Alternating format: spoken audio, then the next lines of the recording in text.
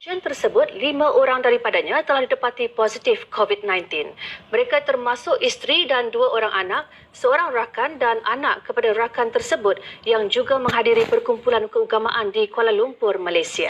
Yang Berhormat Datuk Seri Setia Dr. Haji Awang Muhammad Hisham bin Haji Jaafar dalam sidang media bagi status terkini jangkitan COVID-19 di negara Brunei Darussalam petang tadi memaklumkan ujian pengesahan akan terus dilakukan selepas 24 jam daripada ujian pertama sebagaimana garis panduan yang sedia ada.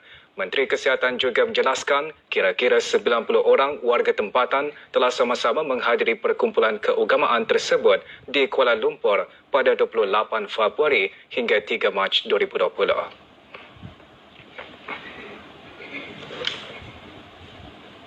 Pada ketika ini, kelima kontak mengalami tanda jangkitan yang ringan seperti batuk dan selsema tetapi berada di dalam keadaan yang stabil, tidak menghidap penyakit demam panas dan tidak memerlukan bantuan pernafasan.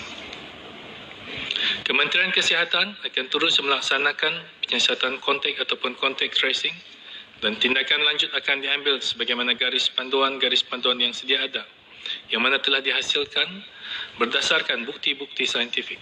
Kementerian Kesihatan juga ingin menjelaskan bahawa kontak rapat ataupun close contact bagi setiap kes adalah didefinisikan sebagai orang-orang yang tinggal serumah dengan kes atau mereka yang berada bersama-sama kes dalam jarak kurang dari 1 meter selama 30 minit atau lebih di dalam kawasan atau ruang yang tertutup. Oleh yang demikian, risiko penularan jangkitan dari hubungan yang tidak rapat ataupun transient or casual contact seperti perjumpaan yang tidak lama termasuk di dalam keindahan awam adalah dinilai sebagai berisiko rendah. Dalam hal ini, Kementerian Kesihatan juga mendapat maklumat mengenai kira-kira 90 orang warga tempatan yang telah sama-sama menghadiri perkumpulan keagamaan ataupun tabligh di Masjid Jamik Seri Petaling Kuala Lumpur pada 28 hari bulan Februari hingga 3 hari bulan Mac 2020. Oleh yang demikian, mereka adalah dikehendaki untuk menghubungi talian 2381 ataupun 2381 waktu bekerja atau talian Darussalam 123 di luar waktu bekerja dengan segera bagi mendapatkan nasihat dan pemeriksaan selanjutnya. Sesiapa yang terlibat di dalam perkumpulan tersebut dan sedang mengalami tanda-tanda jangkitan seperti demam panas, batuk atau kesukaran bernafas, hendaklah segera pergi ke pusat flu ataupun flu center di Hospital Raja Isteri Pangeran Anak Saleha yang terletak berhadapan dengan pintu masuk ke Jabatan Kecemasan. Kementerian Kesihatan ingin nasihatkan orang ramai untuk tidak menyebarkan maklumat yang tidak benar serta mengeluarkan ugutan ataupun ancaman terhadap sesiapa yang disyaki ataupun dijangkiti COVID-19, termasuk ahli keluarga mereka.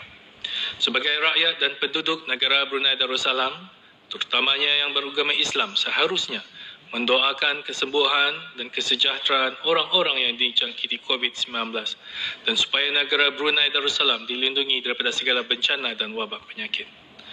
Sebagai langkah pencegahan, orang ramai adalah dinasihatkan untuk menjaga kebersihan diri dan menjaga etika batuk dan bersin. Bagi orang-orang yang beragama Islam khasnya adalah disarankan untuk sentiasa berada di dalam wudu kerana rukun-rukun wudu adalah selari dengan nasihat-nasihat menjaga kebersihan diri seperti mencuci tangan, mencuci hidung dan mulut dan anggota tubuh badan lainnya. Dalam pada itu, Kementerian Kesihatan juga menasihatkan orang ramai untuk jangan merasa cemas jika bertambahnya kes berikutan daripada penyiasatan kontak yang dijalankan. Walau bagaimanapun, tidak ada bukti yang menunjukkan terdapat penularan jangkitan di kalangan masyarakat berleluasa pada masa ini dan keadaan adalah terkawal.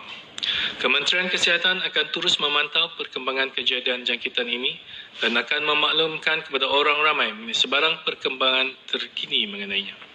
Kementerian Kesihatan akan terus memastikan langkah pencegahan dan kawalan yang sewajarnya dilaksanakan sesuai dengan keperluan. Orang ramai adalah dinasihatkan untuk mengelakkan dari pergi ke luar negeri jika tidak ada keperluan dan hendaklah memberikan kerjasama kepada pegawai-pegawai yang menjalankan tugas. Sebagaimana hadis Nabi Muhammad SAW yang diriwayatkan oleh Al-Bukhari dan Muslim Ia bermaksud, jika kamu mendengar tahun di sesuatu tempat, jangan kamu pergi kepadanya. Dan jika berlaku di sesuatu tempat sedangkan kamu berada di situ, jangan kamu keluar daripadanya.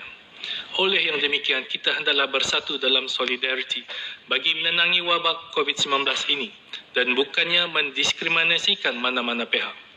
InsyaAllah dengan doa dan tawakal kepada Allah Subhanahu Wa Taala, kita akan berjaya mengawal penularan wabak ini. Amin.